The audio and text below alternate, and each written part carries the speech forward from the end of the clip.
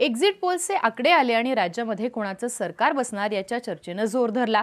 पण या एक्झिट पोल्समध्ये दिसलेली सगळ्यात महत्त्वाची गोष्ट म्हणजे उद्धव ठाकरेंच्या कमी दाखवण्यात आलेल्या जागा।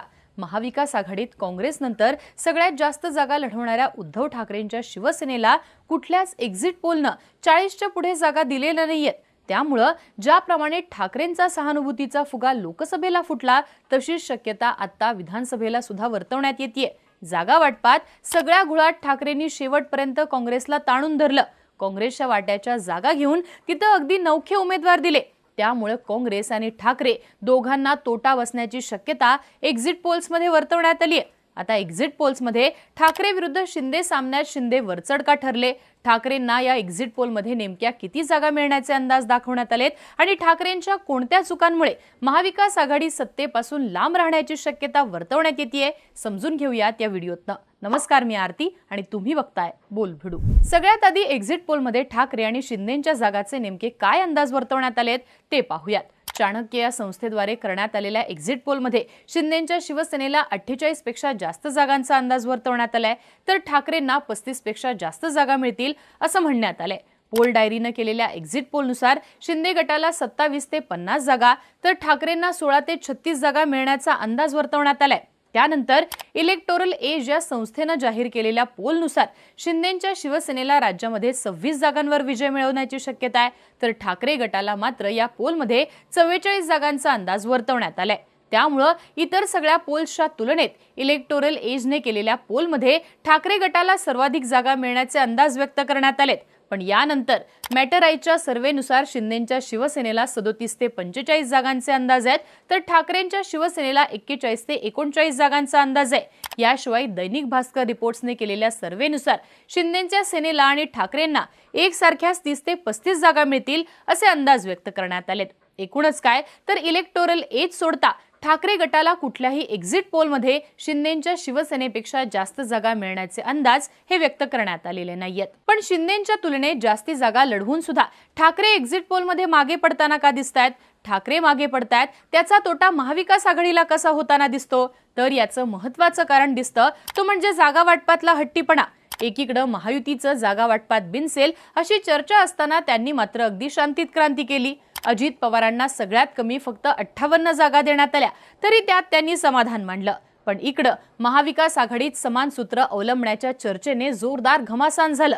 ठाकरेंनी सुरुवातीला तर परस्पर 65 उमेदवार जाहीर करून टाकले, त्यामुळे महाविकास आघाडीत जागा वाटपात चांगलीच बिघाडी झाली। महायुतीत मात्र राष्ट्रीय पक्ष असलेल्या भाजपने आपला 150 जागांचा आग्रह लावून धरला आणि 148 पर्यंत मजल मारली। आपले अनेक नेते शिंदेंच्या शिवसेनेत आणि अजित पवारांच्या राष्ट्रवादीत पेरले, पण काँग्रेस मात्र 101 वर अडकली। ठाकरे गटाने 96 जागा पदरात पाडून घेतल्या। शरद पवार सुद्धा 70 ते 80 पर्यंत जागा लढवतील अशा चर्चा असताना त्यांनी 85चा आकडा पार केला। कुठल्याही एका पक्षाला जास्तीच्या जागा लढवता न आल्यानं आताच्या एकाही एक्झिट पोलमध्ये काँग्रेस किंवा ठाकरे किंवा शरद पवारांची राष्ट्रवादी 60च्या आकड्यापुढे जाताना दिसत नाहीये। हेच भाजप मात्र सगळ्या एक्झिट पोलमध्ये 70च्या वरती जात एक नंबरचा पक्ष ठरताना दिसतोय। थोडक्यात जास्ती जागा लढवण्याच्या नादात स्वतःकडे प्रभावी उमेदवार नसताना सुद्धा ठाकरेंच्या हट्टामुळे काँग्रेसला आपल्या जागा सोडाव्या लागल्या। त्यामुळे महाविकास आघाडीचा एकत्रित आकडा कुठेही 150च्या पुढे जाताना दिसत नाही। त्यामुळे जागा वाटपाचा हा घोळ महाविकास आघाडीला सत्तेपासून लांब ठेवण्यासाठी कारणीभूत ठरू शकतो अशा चर्चा होत आहेत। आता एक्झिट पोलमध्ये ठाकरेंच्या जागा कमी असण्याचं कारण काय असू शकतं? तर ते म्हणजे सहानुभूतीवर ठाकरेंना निवडणूक खेचता आलेली नाहीये। लोकसभेला उद्धव ठाकरेंच्या सहानुभूतीची जोरदार चर्चा झाली, पण अपेक्षित असा रिझल्ट काही आला नाही। स्ट्राईक रेटच्या बाबतीत एकनाथ शिंदे उजवे ठरले। जागा वाटपात सुद्धा एकनाथ शिंदेंनी भले भाजपचे उमेदवार आपल्या पक्षात घेतले, पण अगदी चोखंदळपणे जागा निवडल्या हेच ठाकरेंच्या बाबतीत दिसलं नाही। जागा निवडताना अनेक ठिकाणी तुमची ताकद नाहीये, तुम्ही उमेदवार देऊ नका असं काँग्रेसचे नेते सांगत असताना ठाकरेंनी तिथे उमेदवार दिले। त्याचाच परिणाम म्हणजे निवडणुकीच्या मतदानाच्या दिवशी सोलापूर दक्षिण ही काँग्रेसची परंपरागत जागा आहे असं म्हणत प्रणिती शिंदेंनी ठाकरेंच्या उमेदवाराला पाठिंबा न देता अपक्षाला पाठिंबा दिला। रामटेकमध्ये सुद्धा सुनील केदारांनी अपक्षाला पाठिंबा देण्याचा निर्णय घेतलाय। थोडक्यात ठाकरेंचा उमेदवार ताकदीचा नसल्यानं अनेक ठिकाणी मित्र पक्षांची साथ त्यांच्या उमेदवारांना मिळाली नाहीये। हेच सहानुभूतीबाबत बोलायचं तर ठाकरेंनी विधानसभेला सगळ्यात कमी 65 सभा घेतल्या, त्यांच्यापेक्षा जास्त सभा शिंदे, शरद पवार, फडणवीस, अजितदादांनी घेतल्याचं दिसतं. ठाकरेंनी लोकसभेप्रमाणेच शिंदेंच्या आमदारांच्या विरोधातलं खोक्यांचं नरेटिव्ह रेटण्याचा प्रयत्न केला, पण ग्राउंडवर शिंदेंच्या आमदारांनी मोठ्या प्रमाणात निधी वाटप केल्याने अनेक ठिकाणी फक्त गद्दारीचं नरेटिव्ह हे वर्कआउट झाल्या नसल्याच्या चर्चा आहेत. तसंच शिंदेंनी लोकसभेप्रमाणे मॅन टू मॅन मार्किंग केल्यानं ठाकरेंची स्ट्रॅटेजी कमी पडून लोकसभेप्रमाणे विधानसभेला सुद्धा एकनाथ शिंदे ठाकरेंच्या पुढे जाण्याची शक्यता ही वर्तवण्यात येते.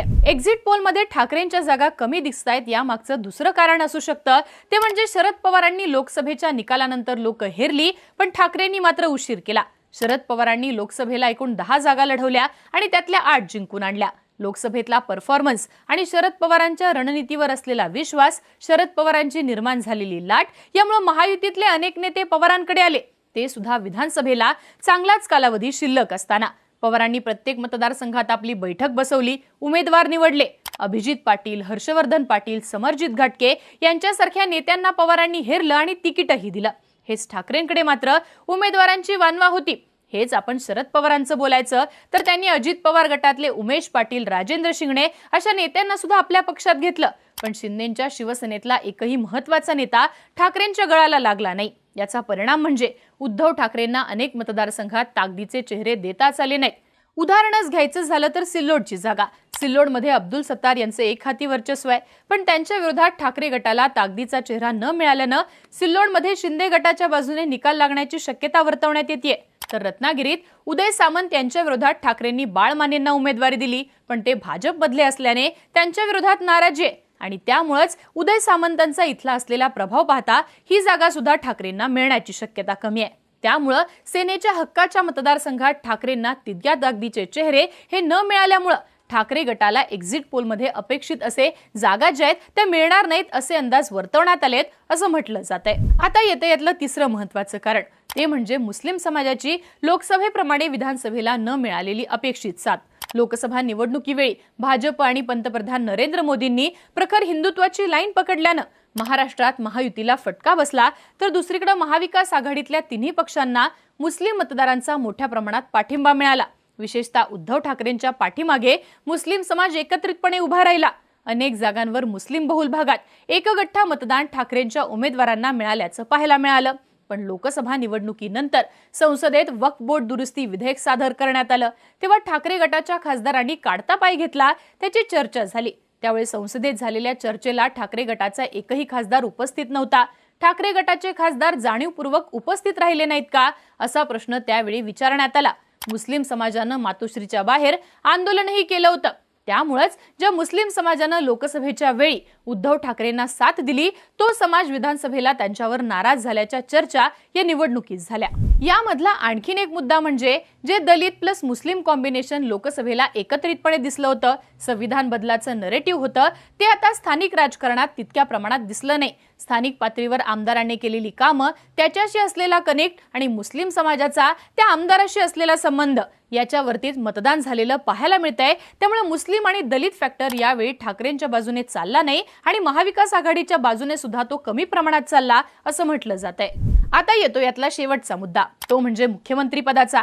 लोकसभा निवडणुकीचा निकाल लागताच संजय राऊतांनी महाविकास आघाडीला जे यश मिळाले ते उद्धव ठाकरे यांच्या नेतृत्वामुळे मिळालं. त्यामुळे महाविकास आघाडीनं ठाकरेंना मुख्यमंत्री पदाचा उमेदवार घोषित करावा असं वक्तव्य केलं होतं. त्यानंतर ठाकरे हे संजय राऊत आणि आपल्या कुटुंबासोबत दिल्लीला गेले होते. त्यावेळी त्यांनी सोनिया गांधी, राहुल गांधी, मल्लिकार्जुन खरगेंची भेट घेत मुख्यमंत्री पदाचा चेहरा म्हणून आपल्याला घोषित करावं अशी मागणी केल्याचं बोललं गेलं. आता उद्धव ठाकरे वारंवार मुख्यमंत्री पदावरती दावा करत असतानाही त्यावरती काँग्रेस आणि शरद पवारांनी ज्याच्या जास्त जागा त्याचा मुख्यमंत्री या फॉर्म्युलाचा पुनरुच्चार केला. त्यामुळे ठाकरेंसोबत राहिलेले शिवसैनिक शिंदेंकडे शिफ्ट झाल्याची चर्चा सध्या ग्राउंडवर चालू आहे. महाविकास आघाडीची सत्ता आल्यावर उद्धव ठाकरे मुख्यमंत्री होणार नसतील आणि काँग्रेस राष्ट्रवादीचा मुख्यमंत्री होणार असेल तर आम्ही महाविकास आघाडीला आणि ठाकरेंना मतदान का करायचं, त्यापेक्षा शिंदेंच्या शिवसेनेसोबत जातो असा पवित्रा ग्राउंडवरच्या शिवसैनिकांनी घेतलाय असं म्हटलं जातंय.